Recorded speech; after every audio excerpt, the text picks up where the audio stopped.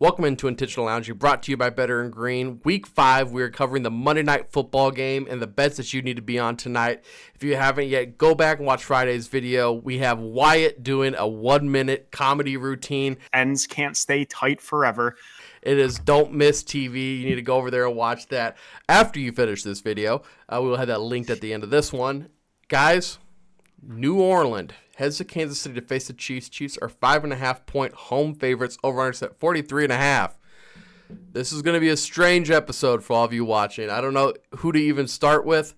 Ethan, I guess I'm starting with you, man. Yeah, so I kind of like Kansas City here. I think Kansas City wins. Gave them out as my survivor pick this week, so really need them to win.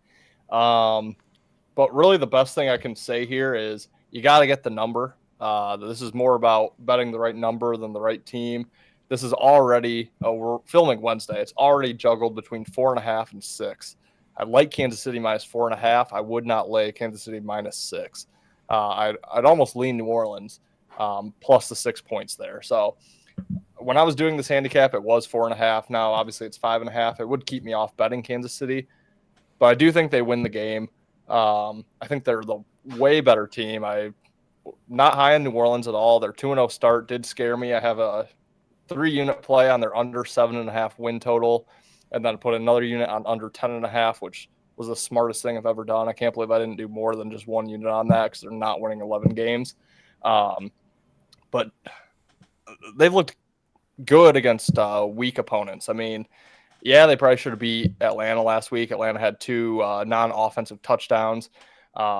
But the teams they did beat were Dallas, who I'm not high on, in a bad spot, and then Carolina.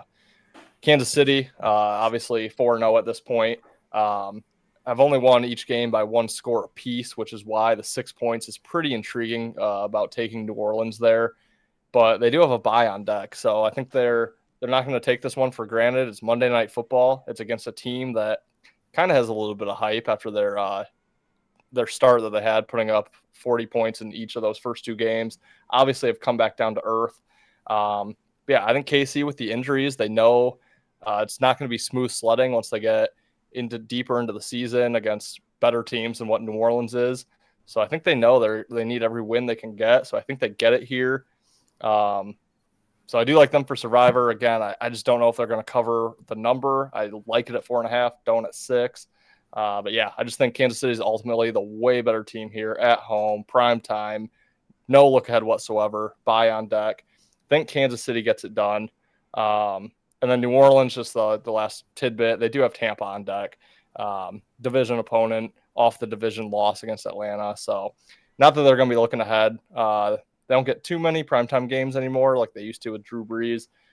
So I think they'll bring their A game here, but I think their A game is Kansas City's B- C+ game. So even without Rashi, I think Kansas City finds a way to get this one done. So for the graphic, are you on Kansas City or New Orleans for the 5.5? I'm on Kansas City, but I don't love it at the 5.5. It's a coin flip, but yeah, give me Kansas City. Okay. Yeah, this is an interesting game. Again, Kansas City 4-0.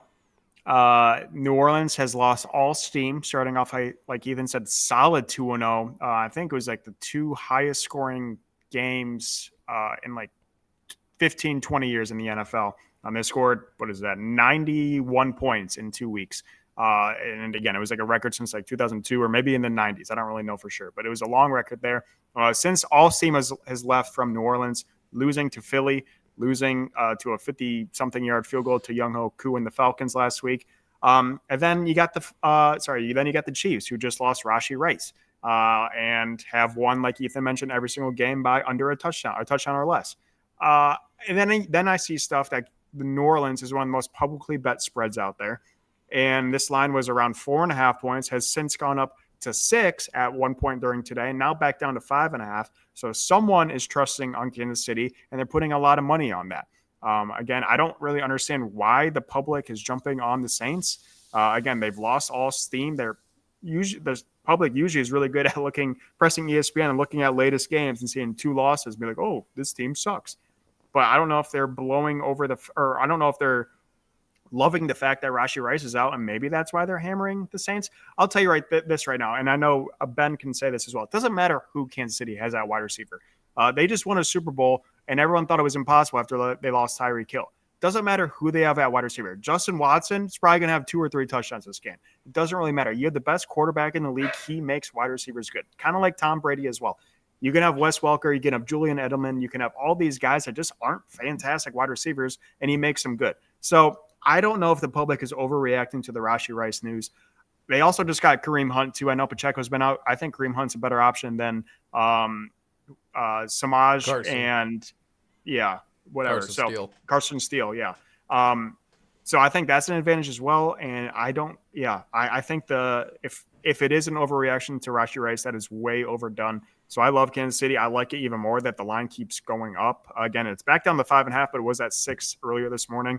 I'm not sure it is present right now. Love Kansas City. I think this is finally a game they win by double digits. So big on Kansas City, one of my favorite plays of the week. Guys, I'm afraid we might lose this game. I hope you're so wrong. I don't know why, man. I'm afraid of this. Like, I think, Ethan, you were talking about this with the Falcons game. You're like, this is just like an out-of-conference game. It doesn't matter at all. That's kind of what this one is. Everybody's going to come in, and it's going to be the big Monday night ESPN. Who are you on? I'm on the Chiefs. I'm on the Chiefs. Everybody's going to be on the Chiefs. But those are the games where as soon as everybody's on them, I'm like, F word. Like, I don't want cash out. Yes. Yeah. You're going to have a bad time, basically, is what that's telling you. Derek Carr, man, we've always kind of beat up on the Raiders, but Derek Carr would give us fits when he was on the Raiders. And like some of the most crushing memories is like Crabtree and Amari Cooper. I know this goes pretty far back, but like that big win that they had. Oh, man, I think it was like an overtime win. I just remember thinking, like, damn, man, Derek Carr's pretty good. And I just feel like coming into this game, Derek Carr knows us pretty well. And I'm not concerned about the Rashee Rice injury at all. Like, kind of like you guys were saying, he can make it happen with anybody. Since we traded Tyreek Hill, all we've done is win Super Bowls since he left. We traded him 2 years ago. We won back-to-back. Like, he'll do it with anybody. This is going to sound so dumb from my mouth. He can make it work with anybody, but he's not played good this year. Patrick Mahomes has not played good. The injury with Rashee Rice is because he threw an interception, because he overthrew Kelsey. And I know a bad one. And he's done that all season. Like, he is not – and he said it, too, in interviews and post-game. He's like, I'm just not playing well. And Rashee Rice, unfortunately, backed him up, and then, Patrick Mahomes got in his car and ran him over. So it didn't work out well for Rashee. But, man, Patty's been playing bad. And I worry about this game coming in, that they're just kind of too feeling themselves are too good. They're undefeated. And we go into a bye kind of with a stinker. And I don't know. I'm really worried, guys. I didn't think I'd see you guys picking Kansas City this year, especially not at a -5.5. So I am happy that you guys are so confident. But I don't know. There's something off about this game to me. Like, I have alarms going off in my head.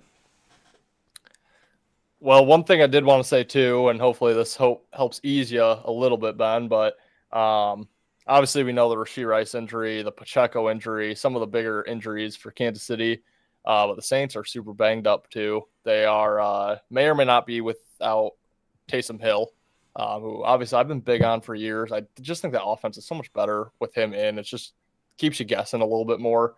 And then Cesar Ruiz, their offensive lineman, I believe is going to be out defensively. 3 linebackers, Demario Davis, Willie Gay, and Penei Sewell's brother, Nafai, I believe is how you pronounce his name. I believe all 3 of those guys are out. And then Tyrann Mathieu is also on the injury list. So not the healthiest team out there, if you will. So I think Mahomes can find a way to dice up some backup linebackers. I like that point a lot. Oh, man, I like that point a lot. I didn't realize they were so injured. I really didn't. I don't know. I still have a really bad feeling about this game. So I guess I'll stay on the Saints for right now.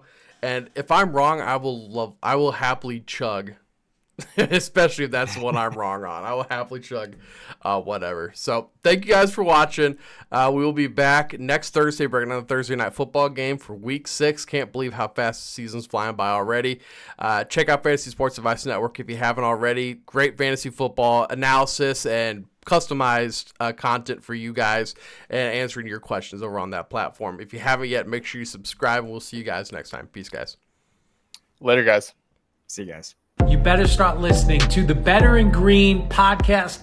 You will not regret it. Trust me, trust me, trust me. And hey, I'm Dean Blandino.